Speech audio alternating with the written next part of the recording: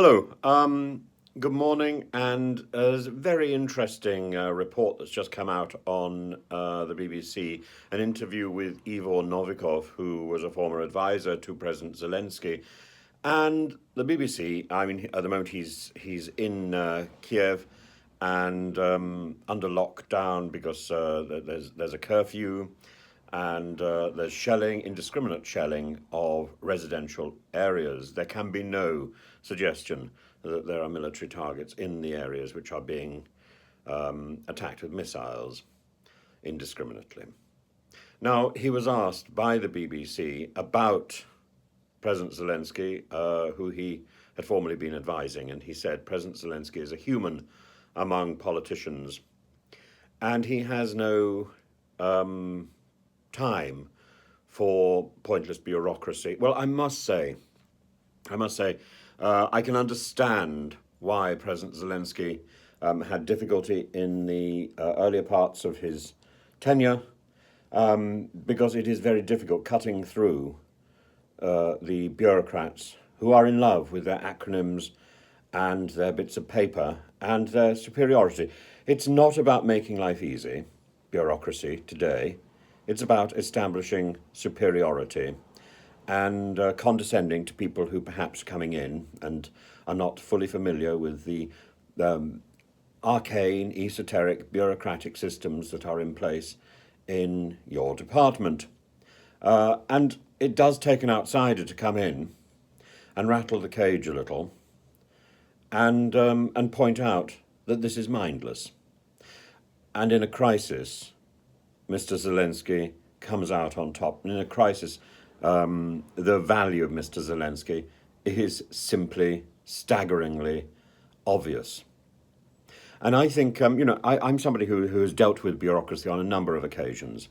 I had to deal with the nonsense of bureaucracy when I was running my departments in Moscow as a professor. I've dealt with it at other times, and I've been running other departments in other places, schools, film environments, theatre, and so on. And at its best, bureaucracy is a tool to support creative work. At its worst, bureaucracy and those people who peddle it can stifle any progress. And it's a form of passive-aggressive nonsense. But it can completely block any progress at all. So if anybody can watch these peace negotiations and draw conclusions, it would be somebody like Mr. Zelensky. So the fact that there is cautious optimism being expressed is good. The fact that Mr. Zelensky drew clear lines about what is acceptable and is not acceptable to him is good. Yes, he's not playing by the rule book set out by these sort of pygmy bureaucrats and pygmy politicians. That is what they are, really. That is what all people who cannot look beyond their acronyms and their bureaucracy and their paper files. They get out the paper file and they go through it, or even worse, they get out Google Docs and start trawling through this. I was going to say cacophony, but it doesn't make a lot of noise. But kakos really is the word that prefaces any word that one can think of. This is like trawling through a sewerage system, and one is being guided by somebody generally who created it, and it is incomprehensible to anybody else. This is what bureaucracy is, and let's look at the word, just so that I no doubt about how heinous and how grotesque is this nonsense. The word bureaucracy is a bastard word. There are great words, like aristocracy, democracy. These words come from two Greek words, kratos for rule, demos for people, aristo for best, and so on. Oligocracy, ochlocracy, oligarchy. All of these words are Greek, and they're perfectly sound. When you come to When you come to bureaucracy, the kratos is Greek, and bureau, that's the French word for desk. So bureaucracy is about being ruled by a desk, being ruled by a piece of wood, being ruled by a plank. This is nonsensical. And you will also know from watching my videos that I've been banging my head against the piece of wood that is the culture media, Department of Culture Media, Digital Culture Media and Sport. I mean, what an acronym! It sounds like something you're going to eat. And I am condescendingly told that, that no one is available, and no minister is available to see me. And I'm sent letters telling me that I should be I should wait until the committee sits again, which I know is never going to happen, because I've spoken to the committee chairman.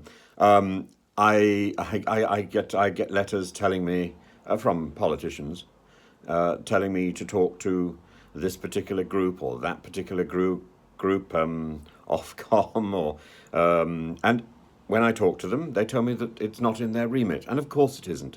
I know this. These letters, which are peddled by pygmies in our current government, are just time-wasting rubbish. We've seen it all before. As I say, I've seen it in Russia. I've seen it in countless schools. I've seen it in film companies. It's the same wherever it is. It's about people in power who are playing superiority games, and it doesn't wash. And in time they go, and they leave their chaos of indecipherable acronyms and impenetrable paperwork. They leave that behind. But we just have to wait until Nadine Dorries is pushed into the House of Lords, I suppose. We have to, and similarly, we have to wait until Priti Patel goes in the same direction and Liz Truss goes in the same direction. As indeed Gavin Williamson. Gavin Williamson made teachers' lives hell because he produced nothing of value except a little bit more bureaucracy. So, of course, he appealed to those bureaucrats in that profession, but without clarity. And without clarity, students suffered during COVID. That is why he was wrong. Matt Hancock, much the same sort of nonsense. He played games with our health service at a time of national crisis. He thought he could hide behind the bureaucracy rather than fixing the problems. And for that matter, our former Prime Minister, Mrs. May, who set in place an impenetrable bureaucracy that we are still dealing with in the Home Office. If you try and get a passport, most of the time it's going to take you far too long. If you try and get any form of information from the Home Office, it will take far too long because there is so much bureaucracy and it is impenetrable. Why is it there? Because of Mrs. May.